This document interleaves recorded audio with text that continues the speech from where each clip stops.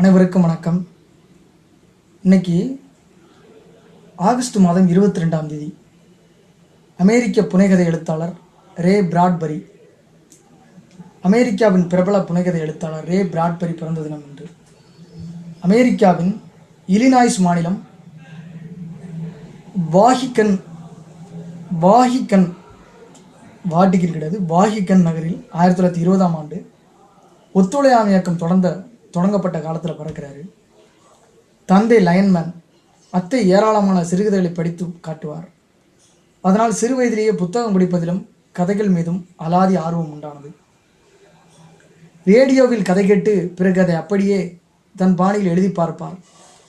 இளம் பருவத்திலேயே ஏராளமான சாகச கதைகள், அறிவியல் புனைகதைகளை படித்தார். தான் ஒரு எழுத்தாளராக வேண்டும் என்பது 12 வயது முதல் 13 வயதில் அவர் எடுத்த முடிவு. தான் படைக்கும் ஹீரோக்கள் மங்காத புகழ் கொண்டவராக விளங்க வேண்டும் என்பது அவர் விருப்பம். குடும்பம் 1934இல் லாஸ் ஏஞ்சல்ஸுக்கு குடியேறியது. கல்லூரிகளுக்கு சென்று படிக்க குடும்ப வருமானம் இடம் தரவில்லை. வாரத்தில் 3 நாட்களுக்கு உள்ளூர் நூலகத்துக்கு சென்று விடுவார். இப்படி 10 ஆண்டுகள் செய்திருக்கிறார். நூலகம்தான் என்னை வளர்த்தது என்று அவரே கூறியுள்ளார். H.G.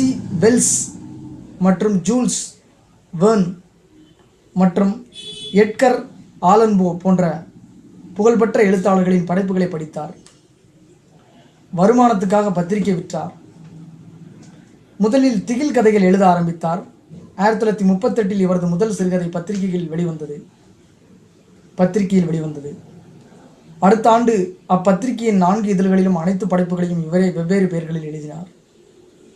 முழுநேர எழுத்தாளராக 1943இல் மாறினார். டார்க் கார்னிவல் என்ற இவரது முதல் சிறுகதை தொகுப்பு 1947இல் வெளிவந்தது. ஏ சவுண்ட் ஆஃப் தண்டர் மற்றும் தி வெல்ட், ஆல் சம்மர் டே ஆகிய சிறுகதைகள் பிரபலமானவை.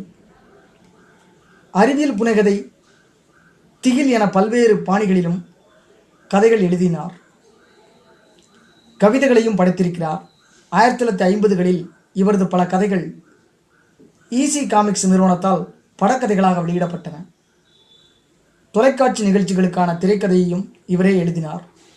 1953இல் வெளியான இவரது ஃபாரன்ஹீட் 451